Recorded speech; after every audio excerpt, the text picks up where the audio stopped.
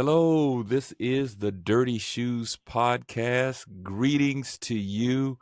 This is part two of just an extraordinary conversation. I am so grateful that I did not wimp out and fail to make this phone call. Again, I am Chris, your fellow sojourner. I am having a great discussion with Pastor Brandon Mays. Just a great man. Awesome, just awesome individual, awesome father, awesome mentor, awesome pastor, and a person that I have had the privilege of working with over the years. And this has been some time since we caught up together, Pastor Brandon. So I'm just learning so much. Now, one thing we didn't do in our first segment, we dropped some names, we dropped some locations. But one thing I wanted to do was make sure that our listeners had some context. When you hear Greater Gethsemane, you're listening to two men living in the great city of Memphis, Tennessee. And so, we live here, we love this city, and to be able to talk to this man who is really making his own personal impact in a city that we love. So if you were trying to figure out like what are they talking about, where are they at, we are in Memphis, Tennessee, and just so happy to have you on board. So we're gonna pick up where we left off. Pastor Brandon, you were talking about ministering where we are and being that light in our wherever we are, whether it's in the workplace or the marketplace, wherever we are. One of the things that because we talked in our last segment about wrestling, Mm-hmm. and you have found a way to marry those two things. I think you kind of hinted at it when Mm-hmm. you answered the call to go into ministry. How, first of all, talk to me how you tell us a little bit about how you deconflicted that. Mm-hmm. There must have been a couple of conversations. I think you alluded to one, Mm-hmm. but Yeah. deconflicting that, and then from my own personal experience, because I have taken my grandchildren to Yeah. your shows, and they have had a ball, and then to see the ring right outside your church, and Mm-hmm. the community coming there to enjoy it. Talk to us a little bit about, first of all, how you originally deconflicted that, and then how you've used that creative, that talent, that gift of yours, Mm-hmm. I guess, as an element of ministry. Yeah. It took some time after I first quit. At the time, I was on. I had that fire lit under me to get to go forth in the preaching ministry, not realizing that what I was doing is ministry. Hence, those who have said, "Man, I already thought you were doing it."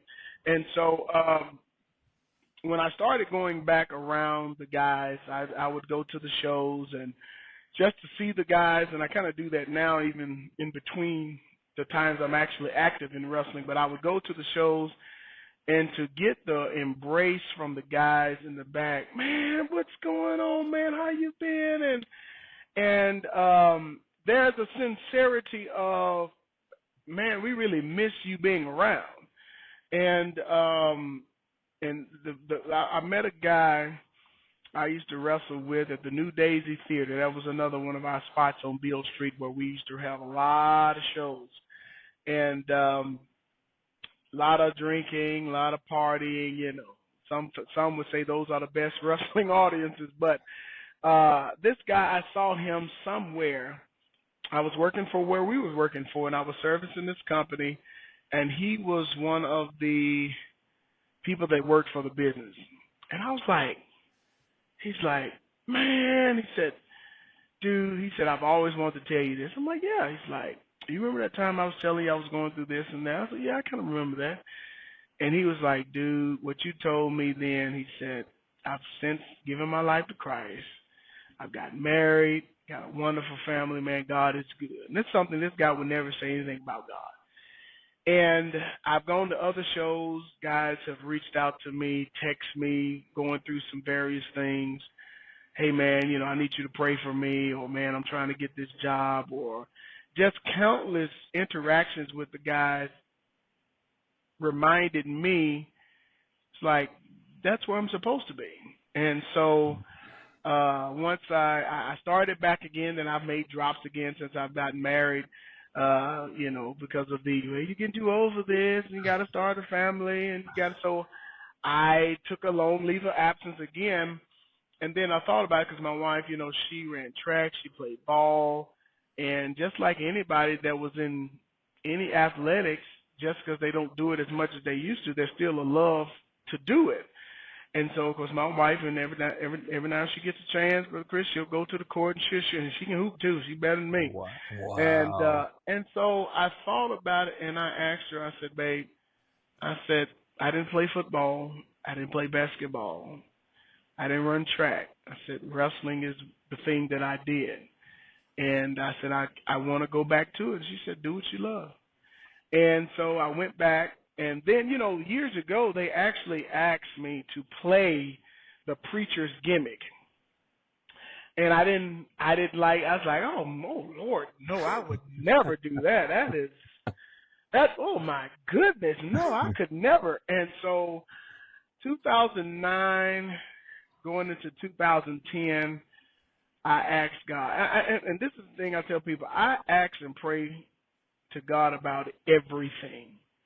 Even in wrestling, Lord, if I'm doing too much, then I'll stop. Lord, I ask the Lord, let my wrestling career go as long as you allow it, because I really want to help somebody, and plus I love to do it.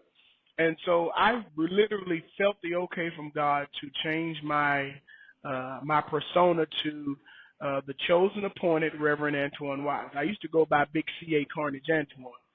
So I said, well, I talked to the promoter. I said, man, I think it's time. I said, Big CA has kind of gotten stale. Let's do something different. He said, what do you want to do? I said, I know you're going to be shocked. I said, I think I'm ready to play the preacher's gimmick. He's like, man, let's do it. And so play the preacher's gimmick. I've always been the bad guy preacher's gimmick. I've been good guy sometime. Come to the ring with a offering plate, which you've seen it, in person. And so what I have found that to do is that literally, it is a gimmick that is not, in my view, blaspheming God. But what it does, I've had fans like, dude, I love that gimmick. I laugh. Some days I've had a long week, or I've lost my loved one, and I came to this show tonight, and seeing you come out there doing that stuff, man, it put a smile on my face. And people don't know, and I don't share it, but it allows me time to not only shake hands with the fans, I can offer prayer with them. Hey, Reverend Wise, hey man, I'm going through that. Hey, you got a moment? Let's pray real quick. And I've had one fan. She joined our church a few years back until she moved away. And of course, I've had my tag partner, Reno Diamond, who I wrestled that night. He's a member of the church. Blaylock the Blazer, another part of the Wise Church. The guy who discovered us wrestling on the ground, he's a part of the church. He's our maintenance guy, and his wife is our new secretary, the best secretary we've ever had in the church. And I am just... Now, what if I had quit, Chris? What if I gave into I shouldn't be doing this because I'm a man of God? How many lives would have probably yet been destined for hell had I not walked in what God has called me to do? And so a lot of years I used to apologize. Well, I don't want to do that. I don't want to do that. Even in ministry now,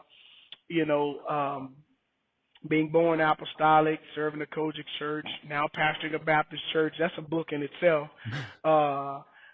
Ministering for AME, CME, it's crazy. It's like I used to apologize for the operating in the spirit, in the infancy of pastoring this church. And now God was like, and the oldest member of the church, she passed a few years ago. She was 84. She said, Pastor, she said, I know you the pastor. She said, but can I tell you something? She said, stop apologizing for what God told you to do. Because I come from the charismatic, the gifts of the Spirit, and in some Baptist churches, they don't embrace that, And so, and I still have a few that they'll say, well, Pastor, we just don't understand. It's not that we don't believe it or it's wrong. We just don't understand it. So in 5 years, almost 5 years, we've been teaching on it. In fact, and I know we're gonna move on that. God has manifested a lot of the gifts of the Spirit. In fact, last Sunday he did. To Wow. the Sunday before that, a strong prophetic went forth and the people received it. Come And on. something happened before then that dealt with prophecy, and it manifested less than 24 hours. And so Wow. now those who doubted the gift of prophecy now embrace it and believe it when it's sent from God. But yeah, it's been a journey in wrestling to see the guys join church, because people would join just to say, okay, I'm a member of a church, but to see them active in ministry, now they're prompting other guys. Hey man, hey CA, hey Reverend Wise, man, I'm gonna come to your church. It's like, come on. And in fact, every time we have a show, I invite some of those guys, and they like, man, we got to come back. And come back on a Sunday, man, and we'll, hey, come on back. Yeah. And some have come. Some have come. Wow. Some are a little hesitant. God had, He's dealing with them. I know He's dealing with them, Come and on. I know, and I never make them feel bad for saying they coming and they don't. Hey, man, I know brother, when you ready to come, you know where we are. And I always Wow. tell them, we love you. We love you whether you come or not. Watch it online till you feel the need to come inside. You okay?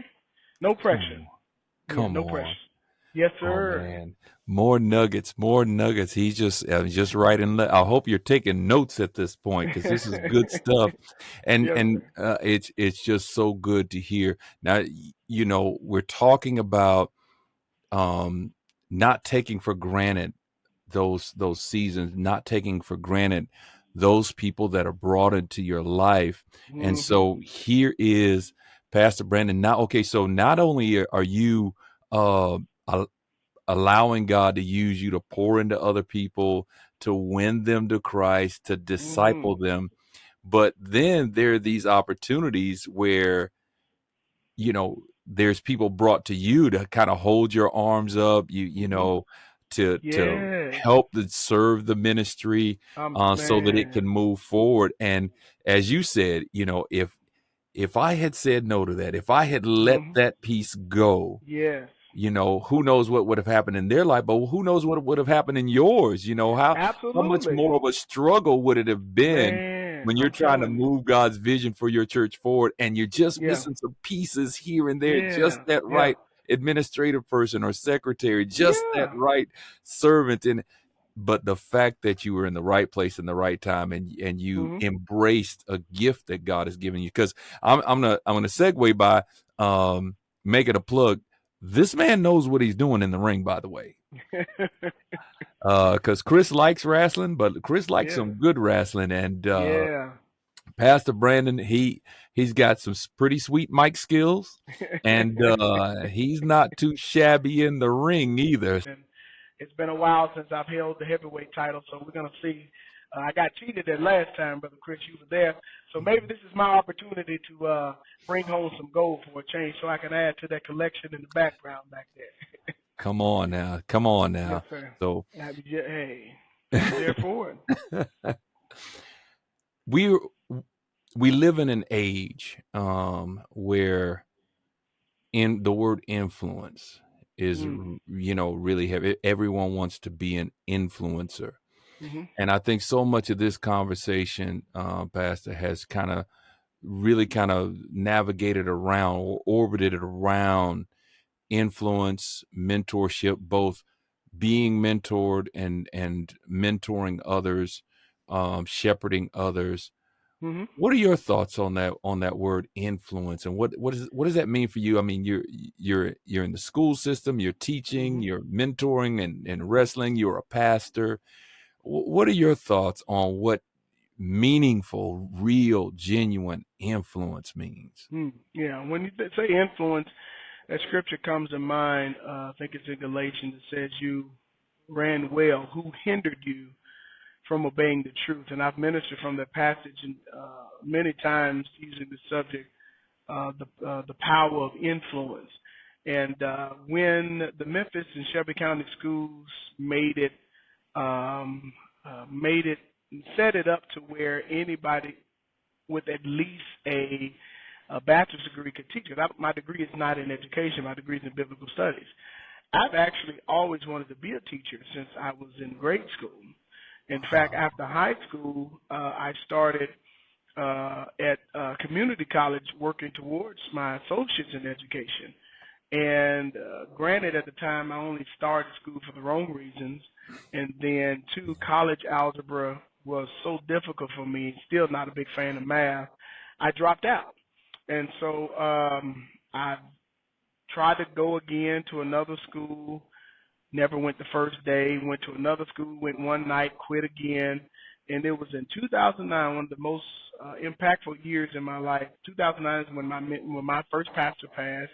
He passed in February. My sister passed on Mother's Day. I did her eulogy. My dad died a month and a half later in July. I did his eulogy. I get back to work from mourning my sister and dad's passing to be told this is your last week of work. So that was the year I literally had to learn how to get in God's face and ask him, what is this all about? And that catapulted me to finding out who I was and what was I supposed to be doing. And so either way, I ended up enrolling in college again. In fact, the vice president of the company I was working for at the time, he was at my sister's funeral. And he said, "Man, you're a great speaker." He said, "You should go to Bible college." I was like, "Yeah, I've been thinking about that, but I just don't have time." He's like, "No, I know the people in the office." I was like, "Yeah, okay, you just give me the number and I'll call them later." He took his phone out and called them right there while I was on the clock. Oh, I'm in the warehouse, in a hot warehouse on a oh. forklift.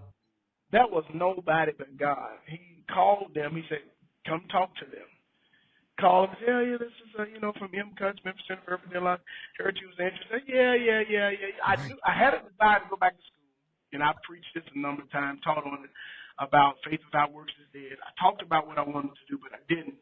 And so, why don't you come talk to us? I'm like, okay, I'll come talk. So I went ahead and talked to the guy, went through all the dynamics so I can at least say I went and tried, knowing that I probably wasn't going to get into the college. He called me back a few days. "Oh, you've been accepted. You're a student. Your first night of class." And I'm like, "Whoa, wait a minute." Even then, I said, "You know what? I'm going to go one night and then I'm going to quit." So I could say, at least I went. Went the first night. First class was Western literature. And my teacher was on a simulcast in Houston, Texas. I was like, "Oh, I know I'm not going to do this." I passed that class, and I was like, then I took another class, and then another class, and I was going to quit because I had took college algebra, which I had a problem with it in community college. And I went to my advisor. I was like, "Look, I'm going to quit." She's like, "You've been in here. This is your third or fourth class. Don't quit, Brandon." I'm like, "I'm going to quit because I can't do it." But either way, I hung in there, Chris, and I'm moving to how I ended up teaching. My status went from freshman to sophomore. I was like, wow. From sophomore to junior. Mm.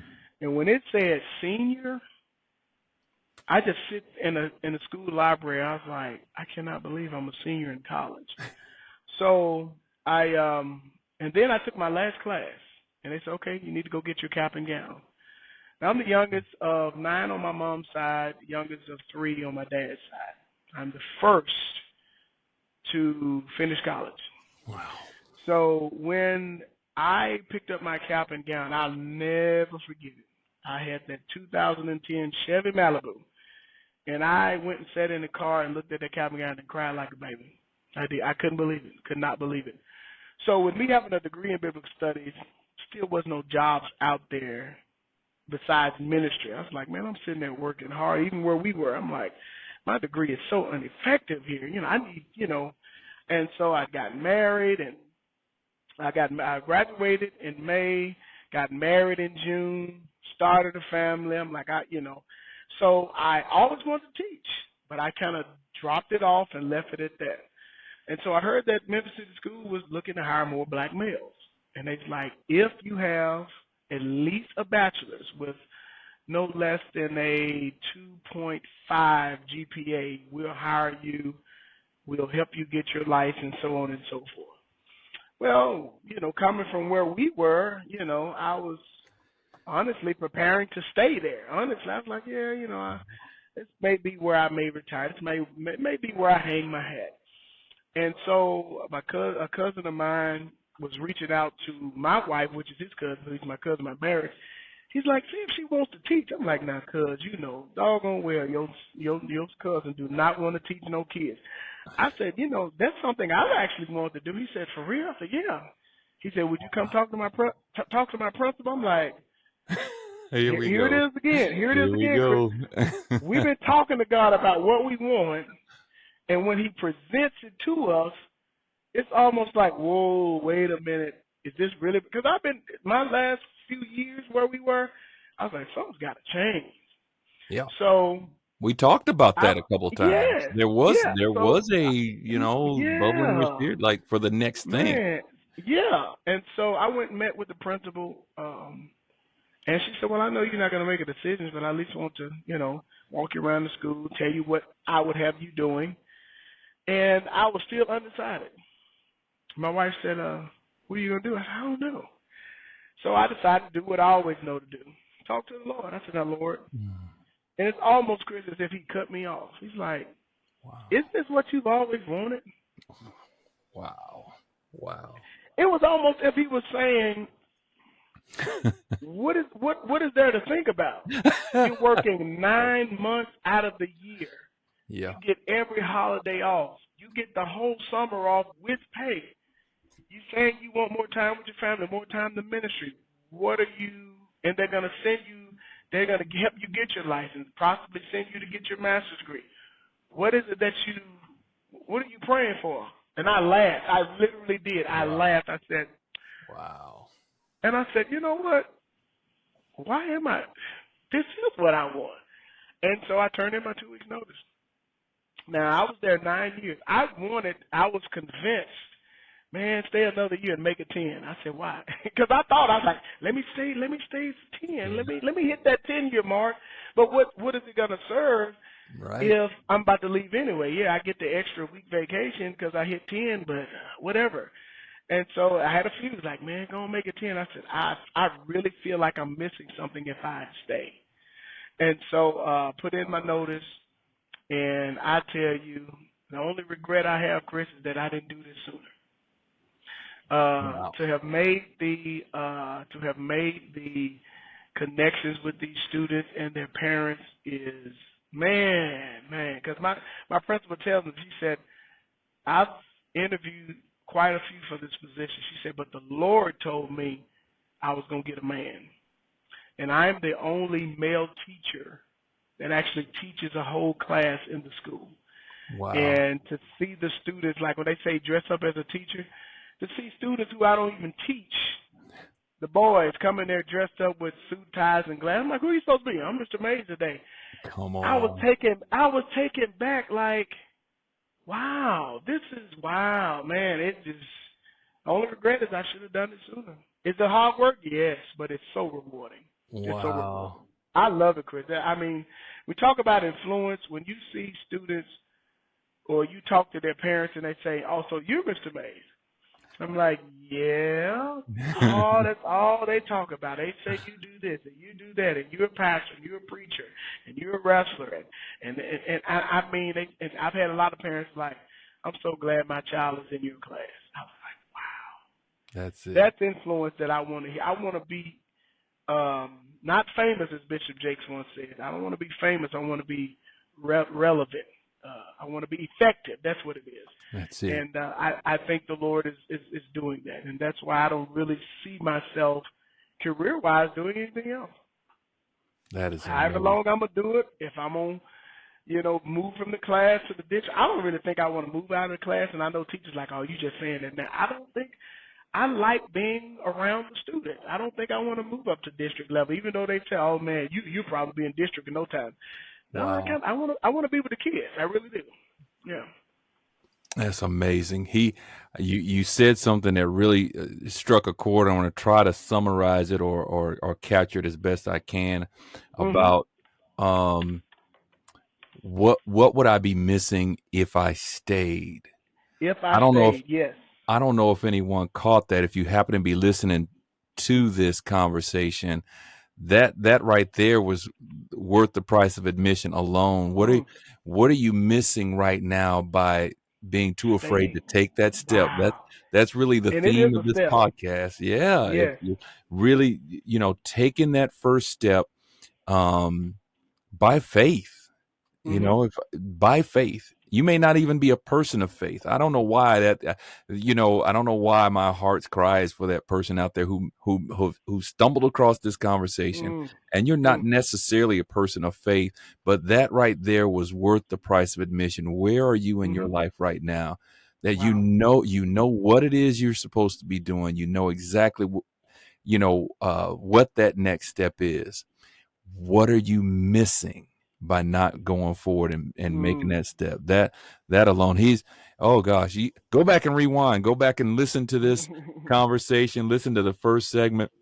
I'm going to honor this man's time because it is a Saturday. It's February 10th as of this recording, and as a pastor, we all know if you're a Yes, sir. football fan, Sunday's game day.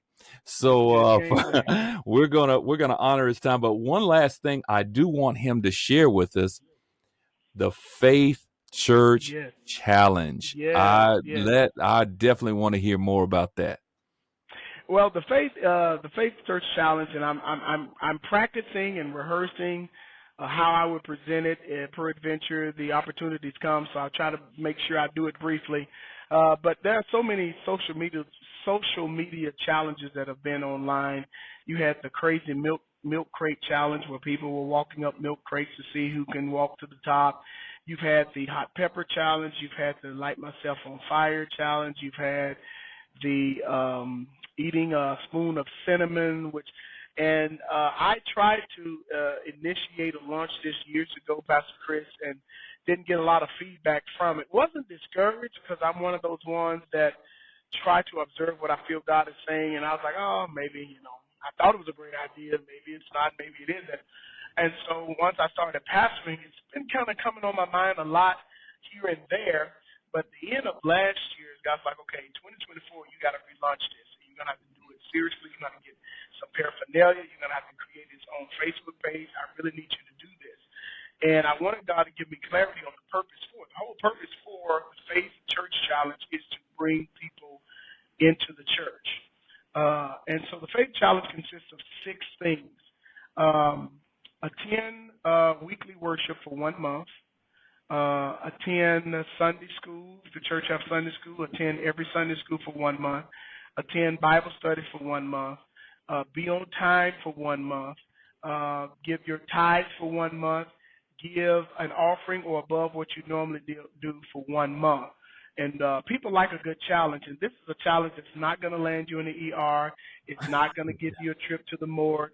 You have everything to gain and absolutely nothing to lose. The purpose of the church is for those who've kind of gotten slack since the pandemic of, well, I don't really need to be in the building. And, and you don't, okay? Online service is wonderful. But the Lord, as I have continued with this challenge, the Lord showed me that it's going to benefit ministries, not just the person who takes the challenge, but it's going to benefit the ministries. What this is going to do, what I believe it's going to do, is it's going to increase attendance. It's going to increase participation in the various ministries. It's going to make people more committed when they take this challenge, whoever's serving in any capacity. And, of course, tithes and offering is going to increase. Now, the things that all leaders should be doing is being prayerful about those who are coming back, those who are going to take the challenge and come for the first time, that you are prepared to receive them and share, love on them, and do whatever God has called you to do, because nobody has ever said that they went, not many people have said that who don't go to church often, when they say, man, I went to church today and I'm glad I went, my question is, well, why don't you go more often? So, again, some people may take this challenge for a month and may not do it again until next year. Some people may not do all 6 in 1 month. So I told people, hey, take 2 of the things and do it for 1 month. Maybe for the month of March, I'll attend every Sunday service. Maybe for the month of April, I'll attend every Sunday school. Maybe for the month of May, I'll tithe for the whole month. I really believe that God is going to feed the people who are in attendance. I believe God is going to honor his word for those who are going to be giving faithfully. And even for those who go every Sunday but have issues with being late, if they take the challenge and just get in the habit of being on time, I believe it's going to bless them both spiritually and naturally as they start to Mhm. develop being on time. And I'm excited about it. I've had some people who it's like, hey man, where can I get one of those shirts? And I was like, I didn't know anybody was going to request shirts, so now I've got to get prepared to do that. And this is somebody from out of town. And Wow. I had a pastor to reach out to me, said, could you come and present this? Would be willing to present this to my congregation? Absolutely. And I know how it is when you have your own vision for your house. Oh, let Mays do what he's doing. I'm telling pastors, if you don't even have to say it came from me. You don't even have to say Pastor Mays came today. Hey, I've heard about this challenge. I want to present it to, because I don't want any credit. My joy is to see people coming to church and being blessed as a result of coming to church and activating their faith. And so that's what the faith challenge is. That is amazing. Now, you mentioned, so you do have a Facebook page for it? Yeah, yeah. There is a church faith challenge on Facebook. Go ahead and like it, share it, and help me get the word out if you feel led to do so. Awesome. Well, I'll be doing that as soon as we wrap up here. Yes, sir. I tell you, what you list is exactly what's in order. I'm a big Mm, believer in all six, and there is yes, no doubt in my mm, mind that it'll be transformational for you. yes. Wow. It will make all the difference. Just the Mhm. connection alone of Mhm. giving a church a chance, just that connection alone could Mm. make all the difference for you if you're Yeah. willing to give it a chance. Yeah. We saw a big increase for Sunday school this past Sunday. I was blown away. I was like I was teaching and looking up and I was like never seen Good. we and the church said that they've never seen a Sunday school that crowded. And a lot of members said, Pastor, I'm gonna take the challenge. I'm gonna do it. I'm gonna do it. And they have been showing up Sunday school, Sunday morning Bible study, and checking with our trustees. I say, you don't have to give me the number, but give me data to see if there is an increase in our giving, because I would love to be able to present it to other ministers and say, hey, this is what worked at Greater Gethsemane, and this could very well work for you as well. Oh man. Hmm. Well, thank you so much. Thank you so much. I'm gonna do a better job of staying in touch, even if I just send a little messenger every Yeah, now and then. yeah, I yeah. got, Likewise, I will do yeah, the same. I man, promise you, this I has will. been rich. One last thing, share with us the name of your church, where you're Yes. at, and so that if again, I don't think anything happens by accident. Somebody needed this. Somebody needed Pastor Brandon today. So share with us where your church is. Well, if you're ever in or near or around the South Memphis area, that's where I was born and raised. It was prophesied years ago that I would be pastoring in South Memphis, and here I am pastoring at the Greater Gethsemane Missionary Baptist Church. We're located at 1656 Castelia Street at Persons, as we say, on the right side of the track. We're also known as Joy Corner. If you know where the Kellogg's plant is on Airways, we're right behind the Kellogg's plant, right there with that big giant silver fence or overpass that you can walk over the railroad track. We're right there at the corner at Castelia and Persons. Our Sunday school is 8:15, morning worship 9:15, and I hate to advertise short services, but we're in that time. Folks like, how long is your service? We start at 9:15, and we're normally out no later than 10:45. You can go to any restaurant on Sunday, no line, no waiting at 11 o'clock. You'll be glad. Hey, well, he just gives you the best of both worlds. Yes, Once again, sir. thank you so much, brother. God bless you. May your ministry continue to thrive. Thank you for taking the time with me. Yes, sir. And I have really enjoyed this. Once again, this is your fellow sojourner, Chris. This is the Dirty Shoes podcast. If you've got short stories to share or anything in this conversation resonated with you, send me an email, dirtyshoes02@gmail.com, and I'll make sure I pass those along to Pastor Brandon, because I don't think it stops here. And I'll just end it out with the way I usually end it. Life is short, but there's plenty of it to be lived. God bless you and take care.